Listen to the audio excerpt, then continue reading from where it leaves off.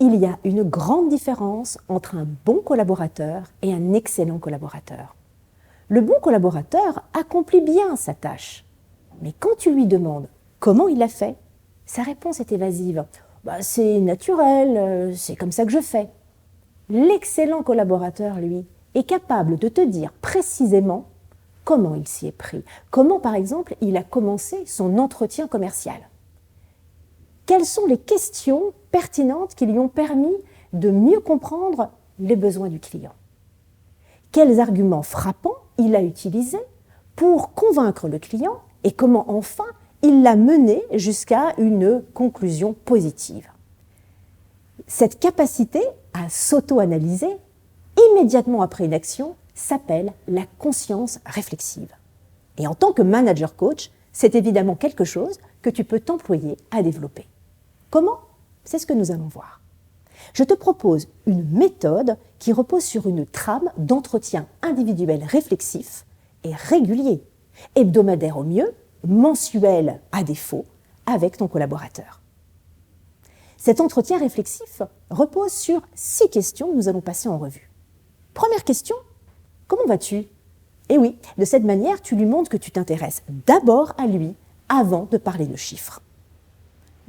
Deuxième question, comment s'est passé le mois écoulé? Bien sûr, dans le cadre d'un entretien mensuel. Et là, tu vas emmener ton collaborateur à réfléchir à ce qui a été prioritaire, ce qui a été le plus important à ses yeux. Troisième question, comment analyses-tu ce mois-ci? Comment analyses-tu tes résultats? Et là, tu comprends bien qu'on rentre dans le vif du sujet. Quels sont les plus? Quels sont les moins?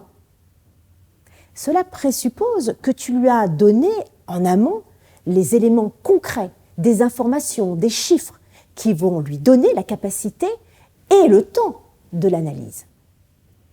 Une fois que tu l'auras entendu, tu pourras alors donner tes propres impressions, compléter et enchaîner sur d'autres questions du type « Et alors, comment tu as fait pour réussir ?» Quatrième question, qu'est-ce que tu proposes pour améliorer les moins? Garde-toi bien de donner tes propres solutions. C'est beaucoup plus intéressant d'écouter celles de ton collaborateur pour l'inciter à réfléchir. Cinquième question, comment envisages-tu le mois qui arrive? Quelles vont être tes priorités? De cette manière, tu invites ton collaborateur à identifier ses objectifs et à les prioriser. Et quelque part aussi, à développer davantage encore sa réflexion. Dernière question, mais importante aussi, est-ce que tu veux aborder d'autres choses? Est-ce qu'il y a un autre point que tu souhaiterais aborder? C'est une manière d'ouvrir ta conclusion et d'opérer un peu comme une voiture balai. Si tu tiens cette trame d'entretien comme un rituel entre vous, tu habitueras ton collaborateur à anticiper sa réflexion avant même que l'entretien ait lieu, à pratiquer la réflexivité, comme un réflexe. Maintenant, à toi de jouer.